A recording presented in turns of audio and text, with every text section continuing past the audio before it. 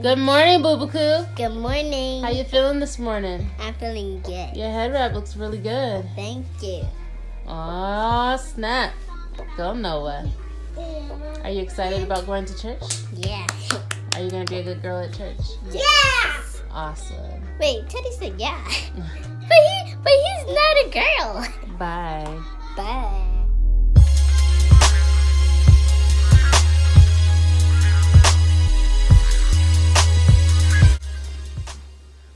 Hey guys, I am Aos Vavi, and this is the beginning of the beginnings. Raw, imperfect, but on time. I always say perfect takes too long, and I had to follow my own intuitions of just being true to what I feel, and that has always been to vlog, to share my thoughts, my story, and reach out, connect, do what I believe is my purpose in this life. So subscribe now to continue this journey with me and catch a glimpse of my life as not only a single mother, but a visual artist, and I'm currently a medical student. All right. This video specifically is why am I single? Not only why am I single, but why I am a single mother. I'm a single mother of 3 babies. I have a 3-year-old, a 5-year-old, and I have a newbie who is 6 months. They're all by the same person. I won't get too deep into detail because I shared earlier with a group of women, like-minded women, been through their own journeys, is that I feel with breakups and with trauma in general, it's so easy to get lost in that situation being your narrative. I don't believe that that needs to be my narrative. I don't believe that being a single mother has to be attached. The story and journey of me being a single mother has to be attached to how I got there. That's just my opinion. But long story short, we met at a young age. I met him 2010 is when it got pretty consistent, and not paying attention to the standards you should set on who you want to give your body to, your mind, your heart, your soul, and being a really intense nurturer, I gave a lot of myself, and it led to our first child. And in my end, super committed and head over heels, I guess you could say. And I knowingly didn't get that in return, but hopeful and optimistic and set on the desire to earn the commitment back, I was focused, ready, and went straight in on, okay, we have a child together. You say you'll be there. All right, cool, let's go. Meanwhile, not only nurturing our child, but nurturing him and not nurturing myself. So that led to a lot of not smart decisions. Plenty actions gave me the go in my mind to leave the situation, but I didn't. And that led to child number 2. And my second child, my son, actually was born 4 months after another young prince. That should have been my, all right, I'm out of here. But it takes a hard head to make a soft ass. And I fell on my ass a couple of times, figuratively, experiencing a lot of hardship, a lot of pain, a lot of self-doubt, a lot of challenges that I am now thankful for. After on and off, my last go-round resulted in Nakimi, my 6-month-old. This was such a trying time for me. We officially broke up when I was 5 months pregnant, and that was a test of not only my resilience, my character, and my ambitious nature to be better, not let this situation define me. Yes, I'm a single mother, but my story doesn't end here, and nor does it begin with the drama that came from that situation. I was a person before him, and I'm a person now. So it's all about, in my opinion, it's all about what you make your life out to be. I have 2 daughters, so that plays a big part and me being set on bouncing back. So, yeah, we bumped heads. I didn't pay attention to someone being spiritually aligned with me. He was also a creative like me, so I took that and ran with it. That, oh, we're perfect for each other. We can do this with our children. It's just, fairy tales and unicorns and creativity. On my end, it was that, but there's only so long that you can be in denial. So, yeah, that fell through plenty times too, where it was just obvious that God did not place me on this earth to be this man's wife or source, I would say, energy source. So that taught me a lot. Through the ins and outs of our relationships, I did attempt to date.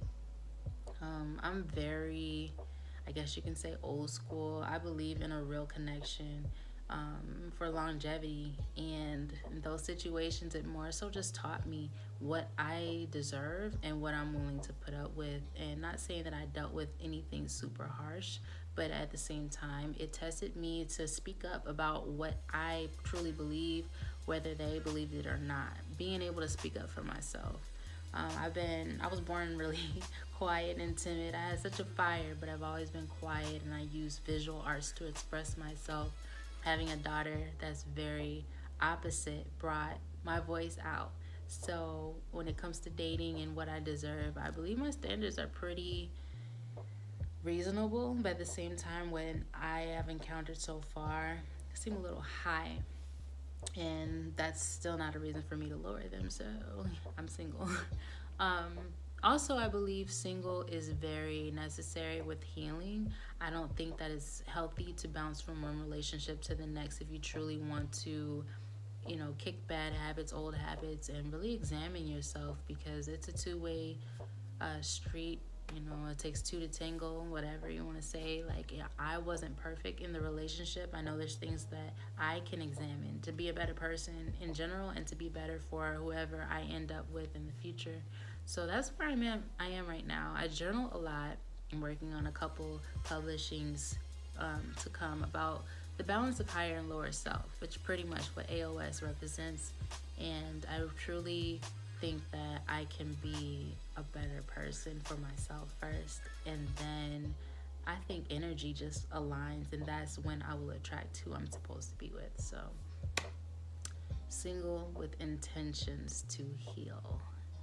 That is the aim. That is the key. I think for anyone out there that's dealing with, get yourself together. I hate this weather. For anybody out there that's trying to heal from whether it's, a trauma from relationship, family, whatever the case is, I truly believe that meditation will help to quiet your mind first and help you deal with your emotions. There's no logic that can really seep through when you're dealing with a lot of emotions and pain, which is valid. We're all entitled to our feelings, but if you really want healing, you have to get to a place where your emotions are kind of at bay and you can realize the actual situation, what parts you may have played, what parts the other person had played from what stance, like were they wounded, hurt people hurt others, and that will better help you to heal, especially when you're healing with an apology you never got. That's kind of my situation. A lot of women can come off bitter when they're heartbroken, especially after multiple times, or you're so set on making sure that person gets their karma and gets what they deserve. I think this is when you have to, how they say, let go and let God. The universe does work in your favor. Set your intentions. If your intentions are to heal, truly do it. You have to zone out. Don't worry about him or her. Don't worry about their family or what they have to say, outward comments. That stuff doesn't matter in your realm, in your world, because what you give energy to will amplify. And you don't want to give energy to things that are not going to nurture your healing and nurture your growth. So that's my take on that. And especially if you have children, you definitely want to invest good energy into them. They're very, very sensitive. They You may think they don't know what's going on depending on their age, but they do. They definitely do. Kids read energy very well. I mean, they're the freshest forms out of the womb compared to us. So we may think we're hiding things from them, but we're not. They understand what's going on, whether they can speak or not. My son was very small going through the ordeal. He's 3 now. But now that he can talk, he says certain things to me that makes me aware that he knew what was going on at the time. I wasn't hiding anything. And now that he's, coming into his little manhood, his macho self, he is protective over me. And he does say things where he's trying to make sure that, okay, mommy's not crying, she's not going through. Let me make sure that she's okay still. Daddy made you cry. You remember that? Like, I tried to hide as much as I can, but at the end, being pregnant, there were times they saw me cry. And he remembers it. He let me know. And that really hit me in a place where there was no turning back. There is no turning back. There's very little communication. I don't expect much. I don't get help or anything like that. And when there is communication, it's very high and by type of thing. Not with those specific words, but the reaching out is kind of like once you know someone, when somebody shows you who they are, as Maya Angelou says, believe them. And it just is what it is. Keep your mind set on the good. Focus on the good. Speak to God and what you believe, your source, and let that flow through you. Let everything roll off your shoulders. That is neither here nor there. Don't carry that energy with you into your future. Set your intentions and move forward. That's my advice. I'm going to keep this one short. Thank you guys all again for watching. Subscribe. There's a lot more coming and a lot more growth and elevation coming this way, visually, everything. I just finally allowed myself to get in front of the camera and connect with you guys. So thank you again. This is Aos Vavi signing off.